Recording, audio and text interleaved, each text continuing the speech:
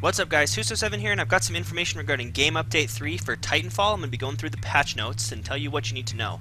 So the first thing is, if you click on Play Campaign, you can see that there's a little trophy next to both IMC and Militia and for the map, indicating that you have completed a win for that campaign map. So if you're trying to get the achievement, that's really going to help you out if you want to know which ones you've won on. Now if we go over here to Last Game Summary, you can see your XP earned, your unlocks, and your challenges, just like you've always been able to, but there's a new feature, which is, if you see, is just to the right of the challenges, says scoreboard, and you can actually view the scoreboard from your last game. Now something I want to tell you is that I'm booting up Titanfall here for the first time in about a week, so this is a game from about a week ago. Apparently I didn't do very good, but you can see that it saves your scoreboard, and anytime you come back to Titanfall you can load up that last game, including immediately after a match, which is really helpful. I'm glad they added that. Now if we go down to personal stats, you can go to levels, and this is kind of just like the campaign levels. Here you can see some really awesome stats about how much time you played a map, how many times you've won and lost, your win percent, how much like physical time you've spent actually playing these particular maps. So that's all kind of cool, but if you're an achievement hunter like me, what's really helpful is that you can see how many times you have won. There's an achievement, I think it's called I've Seen It All, which is to get a win on every single map and to play every single game mode on map. And in order to track that, you can actually see where you've won, and you can see what game modes you've actually played a game on. So that'll really help if you're an achievement hunter like myself. And all the maps are on here, even the new maps. We're going to scroll down here. You see there's Runoff, Swampland, and we got War Games, and you see that I have 0 minutes played, so I'm bringing this video to you guys before I even play any of these new maps because I wanted to go over all this patch notes stuff first. Alright, finally is regen requirements. If you can see, I don't have the CAR unlocked yet, so I can't start earning challenges towards this. So just a new feature is that once I unlock the CAR, it'll pop up and say that I have new regen challenges available, which is a nice feature in case you forget, like when you unlock something or whatever. That could be a little bit helpful. Now let's talk about one more thing, which is in Create a Class.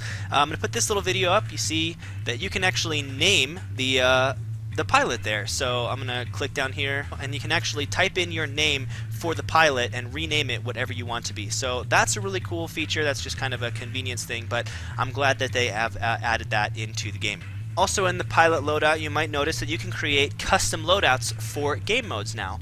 So the first image I'm going to put up, you can see that in order to unlock the first one, it's going to require that you have 5 wins, and in order to unlock the second one, it's going to require that you have 10 wins of that game mode. Now once you do that, for example, I'll put this up for Last Titan Standing, you can see that I have these custom classes unlocked. So these will be just for Last Titan Standing, which is really cool.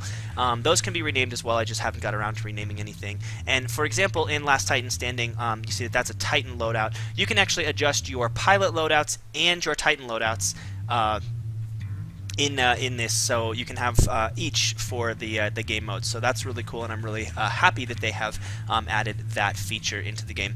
One more quick little thing. This is probably not going to affect that many people, but I just wanted, since it's in the patch notes, so I wanted to show you. This is a screenshot of the scoreboard, and you can see, if you look at my name, Huso7, you can see there's a skull with a Titan.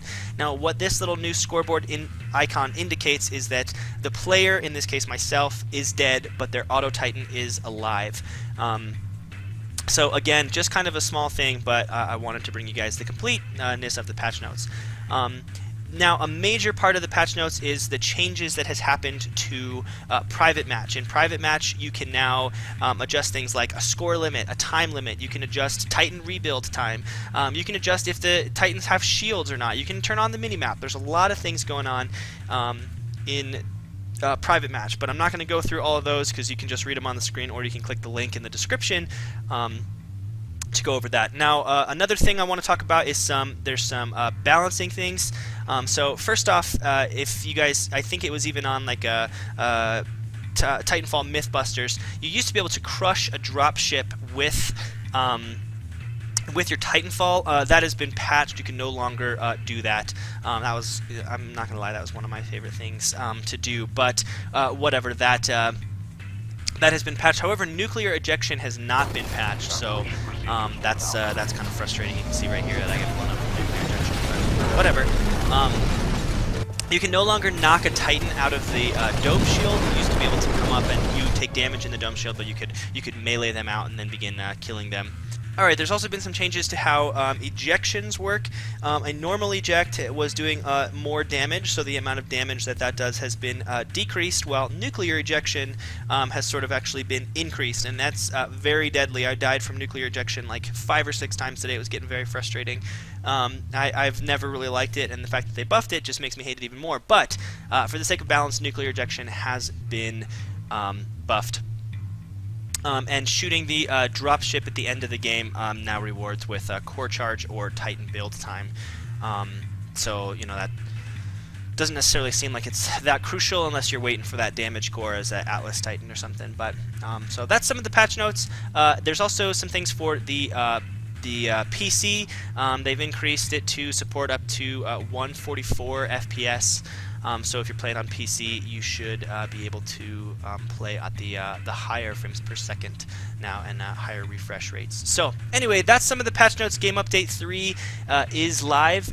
Stay tuned. I'll be bringing you guys some information regarding the Expedition maps here very soon. Thanks so much for watching, guys. Really appreciate it.